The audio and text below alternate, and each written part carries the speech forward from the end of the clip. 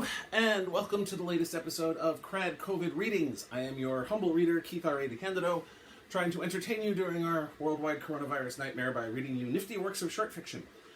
I've written quite a number of stories in the Dragon Precinct universe. I've done a couple of them as part of this reading series, including the very first one, which I did with my wonderful wife, Ren Sims, called Brotherly Love. Plus, there was the 5-part reading of When the Magic Goes Away. This next one is a story that I wrote for the short story collection Tales from Dragon Precinct.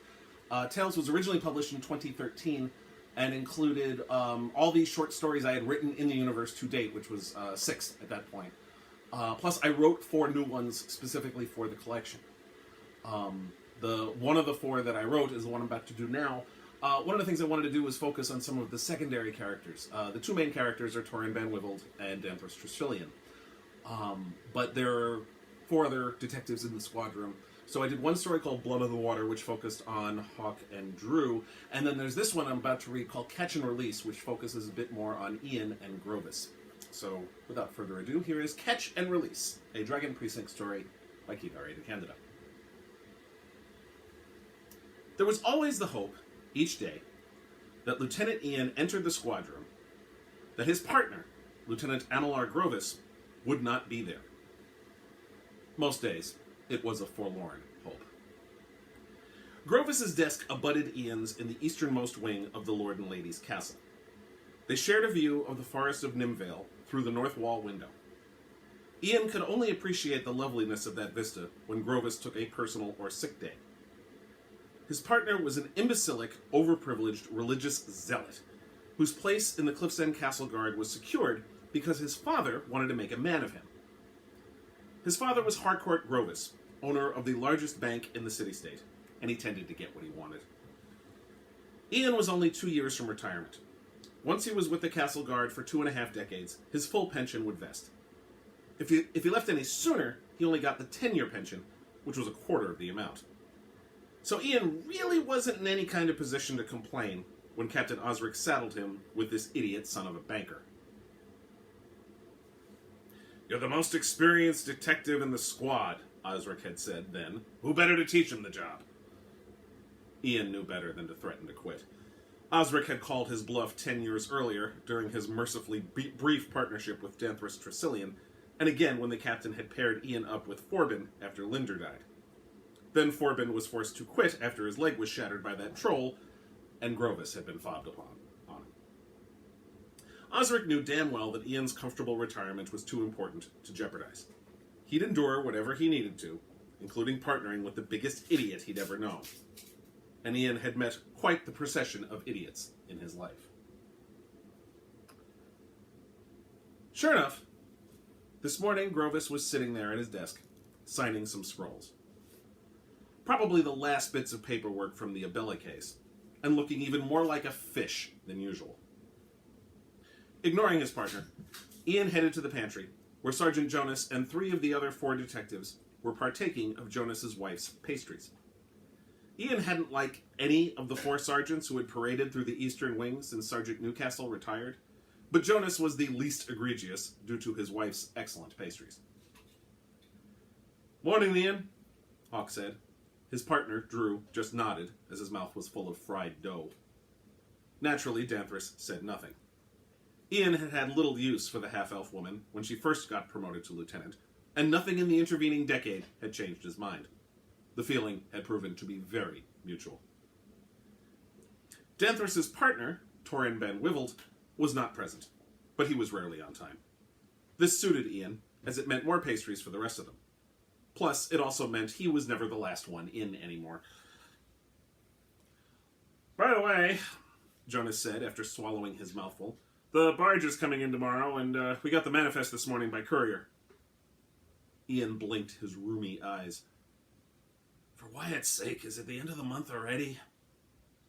Once prisoners were sentenced, the ones who weren't condemned to death served their sentence on a prison barge that sailed around the Garriman Sea. Once a month, it came back to Cliff's End to release those whose sentences were up and to take on the newly convicted. Drew had chewed and swallowed and asked the sergeant, "Anyone interesting on the list?" Jonas nodded. "Hal Vorlin's latest 1-month sentence is up, so figure he'll be picking pockets down Jorban's way by week's end." When Avar's out. Damn it, Danthris muttered. Another 3-year sentence comes to an end. His wife will probably be on the docks welcoming him back with open arms, and then he'll hit her again for walking so slow on the leg that he broke. Ian frowned. I thought you and Torin put that shit brain away, 6 years ago? 7. Danthris's already ugly face got much uglier when she snarled the way she was now. And after his 3 years were up, he went and started beating his wife again a year later. Her brother made another complaint. His wife still refused to admit that Avar caused her injuries, but the magistrate again gave him 3 years. Oh, and Ian? Jonas said with a wince that made Ian rather nervous. What? Speaking of people arrested 7 years ago, your Bannig's out tomorrow, too. Ian almost choked on his pastry. Already? Jonas shrugged. It was a 7-year sentence, so yes, already. Shit. Time really does fly. Who's your Bannig? Hawk asked. Danthris frowned. Isn't he that dwarf actor who was kidnapping children? Nodding, Ian said.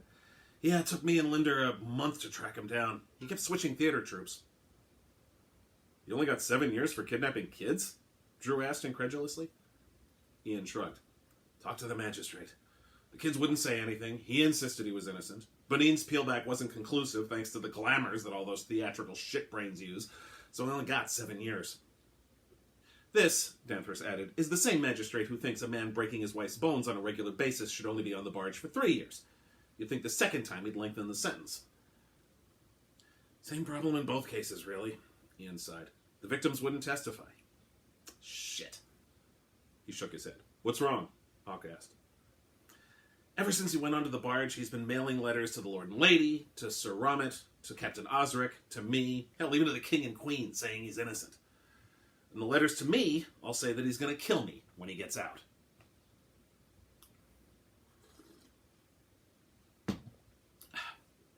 Danthris stood on the dock at noon, hanging back a bit.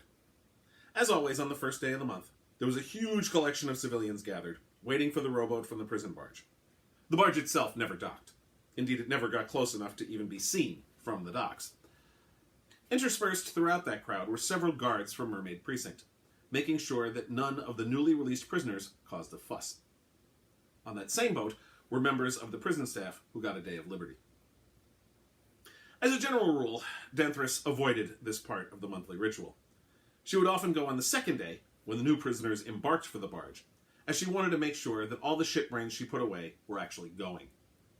Plus, she sometimes enjoyed taunting them and reminding them that she was the one who caught them. Today, though, she wanted to be there for the arrivals. Especially since, as she had feared, Yona Avar was eagerly awaiting the return of her husband, despite the fact that she'd been separated from him for 6 of the last 7 years due to the violence he committed upon her body. An irritatingly familiar voice sounded behind her. Oh, good, I was concerned that the boat hadn't arrived yet. Turning, Danthris saw the fish-like face that matched the voice. Lord and Lady Grovis, what are you doing here? I have business with one of the prisoners. For a moment, Danthris considered asking what prisoner and what business, then decided that she didn't care enough. Besides, she could now see the rowboat on approach, so she moved forward on the dock. Grovis, however, moved right alongside her. Once the sailors tied the boat to the dock, the guards from Mermaid also stepped forward, past Danthris and Grovis, making sure the prisoners moved off the boat in an orderly manner. Grovis asked, Why are they all rubbing their wrists? Danthris had done this enough times that she no longer even noticed that most of the prisoners rubbed their wrists and walked even more awkwardly than you would expect from someone disembarking from a rowboat. That's the barge's security. All prisoners wear metal bracelets and anklets that are inscribed with runes. If they go anywhere they're not supposed to, the bridge, or over the side, they start to get heavier. The farther away from the barge, the heavier they become until the prisoner can't move. Grovis nodded. I imagine that cuts down on escape attempts. Snorting, Danthris said, Not as much as you might think.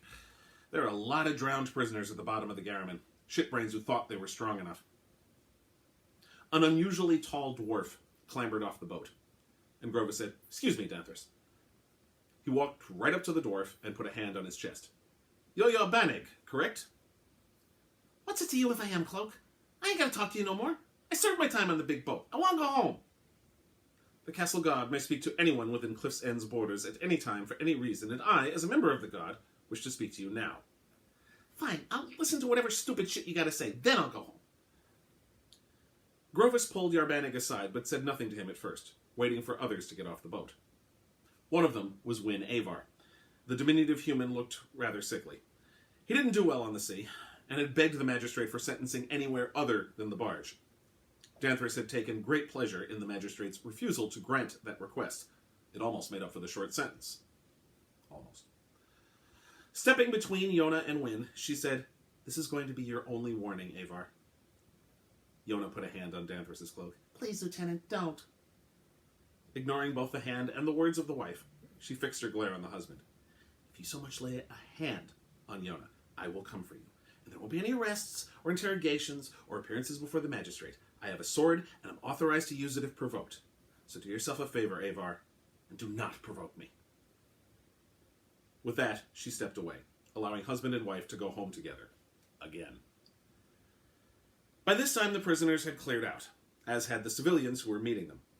Various prison staffers were now disembarking in a more leisurely manner for their liberty. There were a few guards as well. Originally, the barge rats were a separate force, hired by the owners of the barge, but Lord Albin bought the barge and the barge rats and folded them into the castle guard. However, their leather armor was all black, and carried no insignia to denote precinct. Their hiring process was also still separate from the rest of the guard. "Now listen here," Grovis was saying to Yarbanig. "You've made threats against my partner." "Oh, so you're Ian's partner now, huh? I heard that Linder got his sorry ass killed. No loss, you ask me. Just wish I could have been there to spit on his corpse. The point is, you made those threats, and I'm here to urge you, for your own sake, not to act on them." Yarbanig laughed bitterly. "For my sake? My sake don't matter none, Cloak. I lost my sake when your partner got it into his stupid head that I kidnapped kids." "Understand something, Mr. Yarbanig. Ian is an idiot, a bribe taker, a very poor example of both a detective and a human being." Danthris bridled. On the one hand, she agreed with everything Grovis had said. She'd only partnered with Ian 3 times. Once for half a case shortly before Torrin started, once when Torrin was sick, and once between Linder's death and Grovis's hire. Grovis was, if anything, underselling it. On the other hand, that wasn't the sort of thing you said to a criminal just getting off the barge. Grovis went on. "I rue the day I was partnered with him, and would jump for joy if our captain assigned me to anyone else." He paused a moment. "But he is still my partner, and he is still a member of the Cliff's End Castle Guard. You said when we began this conversation that you served your time on the big boat, as you so eloquently put it. That means you are a free citizen once more, and may do as you wish. But if you choose to make good on your threats to Lieutenant Ian, you will never be a free citizen again. The moment you decide to make an attempt on Ian's life, the entirety of the Castle Guard will make it their life's work to make sure that you don't live to see the following sunrise. And I shall be leading that charge. Do I make myself clear, Mr. Yarbanig?" The dwarf threw up his hands. "What do I do about the 7 years I just lost, huh? I didn't do nothing. I just spent 7 years on that Zim-forsaken boat just because your partner's too much of a shitbrain to find the right guy." "There were no instances of children being kidnapped following your incarceration, Mr. Yarbanig. Lieutenants Ian and Linda may Gondor grant him safe passage to the afterlife. The magistrate, Captain Osric, the Lord and Lady, all agreed that you were guilty, and you served your sentence. I strongly urge you to let that go and move on with your life." "Where to? I can't work nowhere where there's kids. And kids are damn near everywhere. Nobody's going to be hiring an actor who can't work near kids." "That is not my concern, Mr. Yarbanig. My concern is that you not throw your life away by trying to take the life of my partner." The bitter laugh returned. "He took mine. Seems only fair. We done here, Cloak?" Grovis sighed and stepped aside. "Yes, we are. At least I hope that we are." Yarbanig strode past Grovis and headed away from the docks. Danthris looked upon Grovis with something resembling respect. "I'm impressed, Grovis. That's the closest I've ever seen you manage to approximate being a member of the Castle Guard." Grovis shrugged. "Whatever I may think of him, Ian is my partner. And whatever I may think of that person," he pointed half-heartedly in the direction Yarbanig had walked, "he has indeed served his sentence. Going after Ian will only serve to cause him more trouble, not less. Let's hope he and Avar both listened." She sighed. "A bit of silver that neither of them will, though."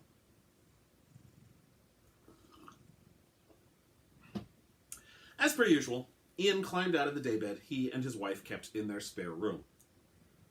Theoretically, it was for house guests, but they hadn't entertained in well over a decade, and it had been almost that long since Ian had been using it as his bed. As per usual, Ian listened to the crack of his bones on the whine of his muscles as he struggled to get his aging body moving. As per usual, he struggled to climb into his leather armor. As per usual, he wished the next 2 years would pass considerably more quickly so he could retire, buy that mansion on Shade Way for his wife so she could live out her life in luxury. She'd earned it putting up with him all these years. While he could do as he wished in this apartment, which he'd earned putting up with her all these years. Not remotely per usual, there were 2 guards from Dragon Precinct, Jared and Simon, standing outside the door to the building in which his apartment was housed. "What the hell are you guys doing here?" he asked. "Sergeant Grint sent us," Simon said. "But we would have come anyhow. We heard about that dwarf, and we ain't letting him get near you, Lieutenant." Jared asked, "So you're getting yourself an escort to the castle this morning?" Ian sighed. He usually needed the walk to the castle to get his thoughts in order so he could actually face yet another day of tiresome detective work and putting up with Grovis. But, all things considered, having the extra protection was probably a good idea. Who knew what Yarbanic was capable of? Besides, guards helping guards was how it was supposed to be. "All right. And hey, thanks." "Nothing to it," Jared said. "That dwarf gets near you over our dead bodies." "I feel the same way." Then Simon grinned. "The dwarf will get near you over his dead body." Ian chuckled, and they headed toward Mirka Way, and then turned left onto the main thoroughfare of Cliff's End to head to the castle. "Don't worry," Jared said. "Grint sent a leader to keep an eye on him. Last we heard from her, he ain't left his brother's place over on Alfar's Way." While Ian didn't know that guard, he trusted Grint's judgment. He was a veteran who knew his people. If Grint sent this Alita person, she was his best guard at surveillance. They walked up Mirka Way, through the rest of Dragon Precinct, and then among the higher-class residents of Unicorn Precinct, once they passed Oak Way, where modest houses and buildings with multiple apartments gave way to large houses and mansions. The whole time, Jared and Simon kept an eye out for an unusually tall dwarf, pausing pretty much any time they saw any dwarf just in case. "Guys, come on," Ian said after they gave the hairy eyeball to the 5th dwarf. "You stop every dwarf you see. I'm going to be even later than usual." Eventually, they made it to the castle, and Bonce, one of the guards assigned to the castle, was running out, but stopped upon spying Ian. "Oh, good, Lieutenant. Now I don't got to try and find you. Sergeant Jonas sent me to fetch you and Lieutenant Van Wivel." Ian snorted. Even with Jared and Simon's slower pace, he still beat Torin in. Bonce kept going. "We just got a report that a bunch of kids were taken from a play area in Unicorn." Suddenly, Ian's stomach started churning. Shit. He only just got out yesterday. Jogging past them, Bonce said, "I gotta go find Lieutenant Van Wivel." Looking at the 2 guards from Dragon, Ian said, "You 2 better come in with me." As soon as they got to the squad room, Captain Osric yelled at him, "Ian, where the hell have you been?" "I just heard, Captain." He walked in, Jared and Simon trailing behind. The 2 guards took up position near the doorway, waiting for further instructions. "What happened?" 3 children were in one of the new play areas they put up on Oak Way. I sent Tresillian, Drew, and Hawk down to interview the caretaker and the kids and the parents. Grovis, I'm going to want you to go back them up. We need someone who speaks upper class to deal with the parents." Grovis got up from his desk, which was next to Ian's. "Of course, Captain." He shook his head. "I can't believe he did this again, especially after..." "After what?" Ian asked after his partner's words trailed off. "Never mind," Grovis said quickly. Osric blew out a breath. "Let's make sure it really was him before we jump to any conclusions." Ian pointed to Jared and Simon, who stepped out of Grovis's way when he departed. "These 2 are from Dragon, Captain. Sergeant Grint asked them to be my bodyguards, and they also put someone on Yarbanic." Simon stepped forward. "Last we heard, he was staying at his brother's place." "Find out for sure," Osric said. "Ian, go with them. If Yarbanic's there, bring him in. If he isn't, well, then we'll have a pretty good idea who did this." "Yeah." He hesitated. "Captain?" Osric stared at him with his one good eye. "What?" Ian took a breath. His plan this morning had been to have Epp, the imp who handled the castle guard's files, spit out the scrolls from the original case. But his dreams last night proved that he didn't need to. He recalled the details of that case with shocking clarity.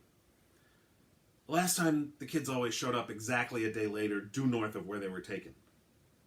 Nodding, Osric said, Bonine should get an exact time when we does the peel back. Then we'll send guards north of the play area tomorrow morning. Good. Ian turned to Jared and Simon. Let's go. On the way up, Ian had let the two play bodyguard, but as they went back on Mirka Way, he didn't want anything slowing them down. He strode ahead of the other two as they struggled to keep up. When they got to Alfar's Way, Ian grew livid when he saw that there was nobody standing anywhere near Yarbanig's brother's place. Itself one of 3 small flats located over Finnert's magic shop. The shop, Ian recalled, was owned by a dwarf named Jan, who rented the apartments above only to dwarves. Technically, that was illegal, as the Lord and Lady forbade that type of discriminatory practice. Jan made some noise about low ceilings, but that still made the places available to halflings and gnomes. Ian wondered if that was still true 6 years. 6 years ago, Jan promised to open up his customer base, but Ian had never followed up. Damn it, Ian muttered when he looked around and saw nobody in Castle Guard armor save him and his compatriots. We got it. Can I help you, Lieutenant? Ian practically jumped out of his own armor at the voice that suddenly appeared behind him. Whirling around, he saw a woman, almost as tall as Danthris, but far more attractive. Her blonde hair was tied back in a ponytail, revealing the tapered ears of an elf. Where the hell did you come from? I felt it would be better if my surveillance of Yarbanig was covert, sir, but with your arrival, there seemed to be little point in continuing to do so.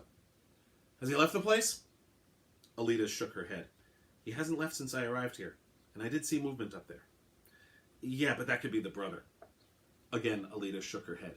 No, sir. Urbanchik is doing a construction job in Barlin. He won't be back in Cliff's End until winter. Ian nodded, impressed despite himself. He was starting to understand why Grint sent her.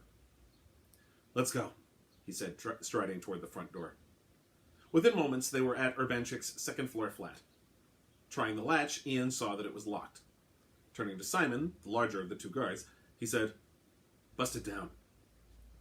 Alita said, Excuse me, Lieutenant, but isn't it standard procedure to knock on the door and give the occupant a chance to answer? Ian turned to stare incredulously at the elven woman. This shipbrain kidnapped 3 kids. Again! And there's no way I'm giving him any chance to get away with it. Sir, if you break down that door, I'm going to have to report you to my sergeant. The respect Ian had felt for Alita began to decline sharply. You really want to do that, kid? For someone like that? Alita stood her ground. It's not even his door, sir. It's his brother's. In fact, technically, it's the building owner's property that we'd be damaging for no reason if he'll just open the door. I thought we were supposed to protect the citizens of Cliff's End. Unable to help himself, Ian burst out laughing. Must be nice to know how the world works. Wear that armor for a couple decades and I might take you seriously. He turned to Simon. Bust down Then the latch moved down, and the door swung open to reveal Yarbanig. Can I help you, Lieutenant? I heard you were all talking out here. Look, I already talked to your partner. I try anything and a whole bunch of guards. Maybe these 3 will beat me into mulch. I get it. I just want to move on with my life. My partner? Yeah, with his warning. Ian had no idea what he was talking about, nor did he ask. He could barely be bothered to care what Grovis was doing when he was actually in his presence. Instead, he just grabbed Yarbanig's arm and yanked him out of the doorway. Come on with me, shitbrain. You're going to tell me where those kids are. What kids? Don't pull that shit with me. We got you this time. You just couldn't hold back, could you? You just had to take those kids this morning, didn't you? Sir, Alita said, excuse me, but he couldn't have kidnapped anyone. He's been here since last night. If those kids were taken this morning, he couldn't have done it. Ian started leading Yarbanig down toward the stairwell down to the street. You must have missed him leaving. Come on, Lieutenant, Yarbanig said. Your own people are saying I didn't do this, and I didn't. I never did. They got out onto the street, Jared, Simon, and Alita trailing behind. We're heading back to the castle, and you're going in the interview room, and we ain't leaving until you admit what you did. Lieutenant, Alita started. Stopping, Ian whirled on the 3 guards. Jared, Simon, take this piece of sputum back to the castle. He practically threw the dwarf at the 2 guards, who each grabbed an arm. They exchanged glances, then moved off quickly, while Ian stared at Alita. Look, I don't know you, so I'm going to assume you're not always this stupid, but let me spell it out for you. 7 years ago, a whole bunch of kids kept getting kidnapped. They all reappeared a day later, and that hobgoblin's bitch over there, he pointed toward where Jared and Simon had walked off with Yarbanig, was nearby every time. The kids never talked, and the peelbacks were inconclusive because of the glamours the shipbrain used. But there was one witness who described someone of his height, and they don't make dwarves that height very often, and he didn't have an alibi for any of the kidnappings, plus he bought the type of glamour used to interfere with the peelback. The magistrate said he was guilty and gave him 7 years. And you know how I know I was right about all of it? Not because of that, but because from the time we arrested his dwarven ass, no kids got kidnapped like that until today, the day after that shitbrain got released from prison. You really think that's a coincidence? Alita's almond eyes had grown very wide. When you've worn this armor for 2 decades, talk to me again about police work. Until then, run along back to Dragon. See if Grinch will give you a cookie or something. With that, Ian turned to stride back to the castle. He couldn't wait to get Yarbanig to finally admit to what he did. There was just no way to deny it now. Gleefully striding into the squad room, he saw Danthras and Torin coming out of the interrogation room with Wyn Avar, the serial wife-beater. For Wyatt's sake, Ian said. Is there something in the water they're feeding him on the barge? He started right back in too, huh? Danthras ignored him and led Avar out of the room, looking even more angry than usual. Torin, however, stayed to talk to Ian. Actually, no. When we were interviewing the parents of the 3 children who were kidnapped off Oak Way, we discovered that one of them placed a scrying pool in the play area. But Ian was able to cast a spell on it, and it revealed that Avar was the one who kidnapped the children. He used some kind of charm to attract their attention, and another to deposit them north of where they were taken the next day. We found both charms in the Avar house. Ian felt his jaw drop. What? Avar was the kidnapper. Not just now, but 7 years ago. He confessed to all of them, and so did Yona. They worked together, and Avar started hitting her when she tried to get him to admit it when you started investigating Yarbanig. He refused to, and then Danthras arrested him for that crime instead, ironically enough. Wait a minute. Ian shook his head. What the hell is happening? Gently, Torin put a hand on Ian's shoulder. Yarbanig didn't kidnap anyone, I'm afraid. It was Avar. He didn't kidnap anyone new after he got out 4 years ago because he was sick for most of a year. He doesn't do well at sea. And then, when he was well, he wanted to kidnap more children, and Yona tried to stop him, and he hit her again. So Danthras arrested him again on that charge. Ian's mind was swimming. It didn't make any sense. Yarbanig was guilty, damn it!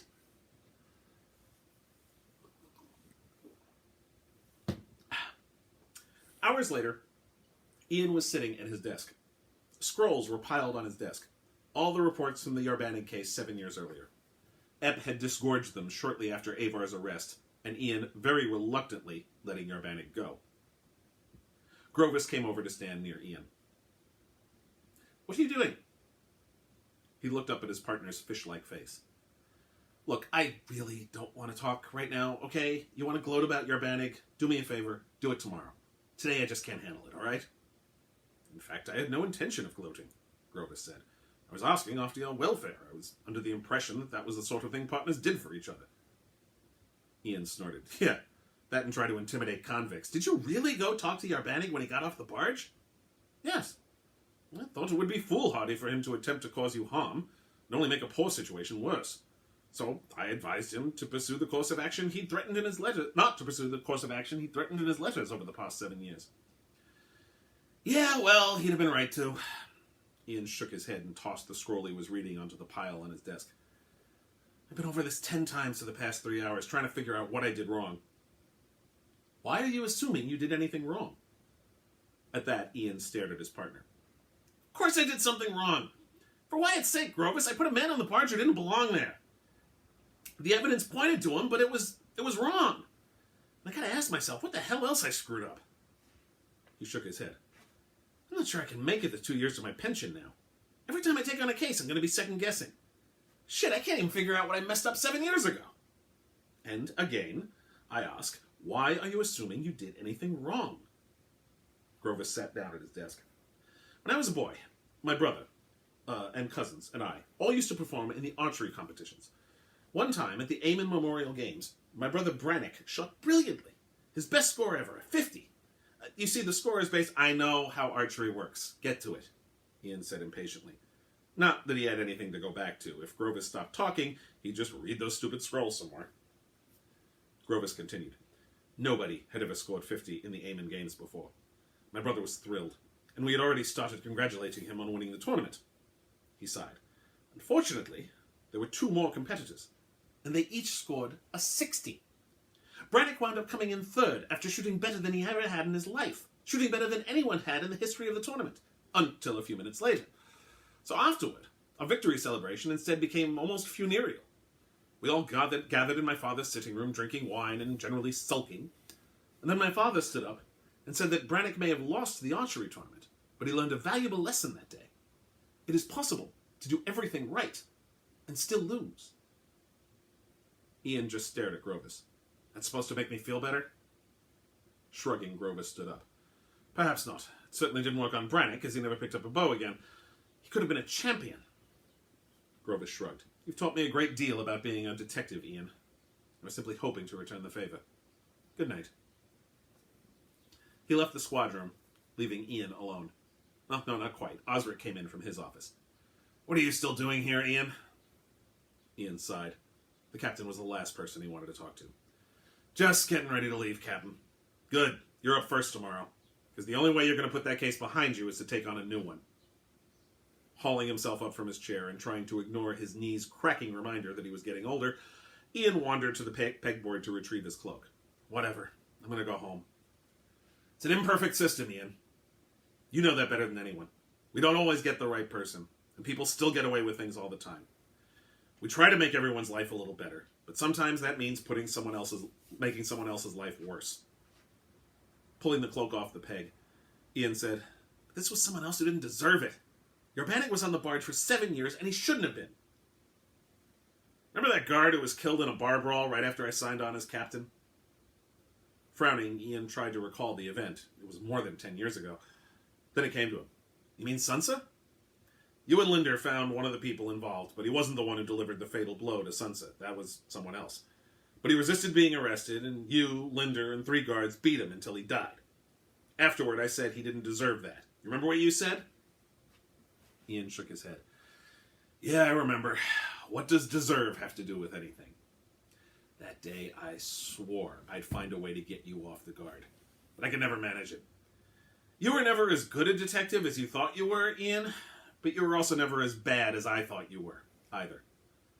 Get home, get some rest, get back on the horse tomorrow. Osric retreated to his office. Ian stared at the scrolls on his desk, wondering if Osric and Grovis, 2 people whose opinions he'd rarely appreciated, were right.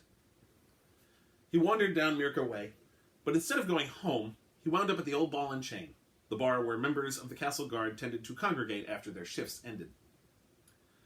After obtaining an ale from Urgos, the tavern's owner, he retreated to a back table, giving half-hearted greetings to people he knew along the way.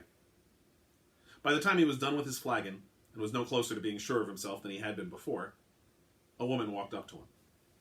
May I buy you another? Looking up, Ian saw Alida looking contrite. Ian didn't respond, so Alida kept talking. I wanted to apologize for my earlier behavior, Lieutenant. I should never have threatened you with a report like that. I've only been in the Guard for less than a year, and I obviously still have a lot to learn.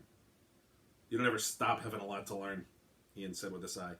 I've been in the Guard for almost 25 years, and I just found out today I still got a ways to go before learning in the learning area myself.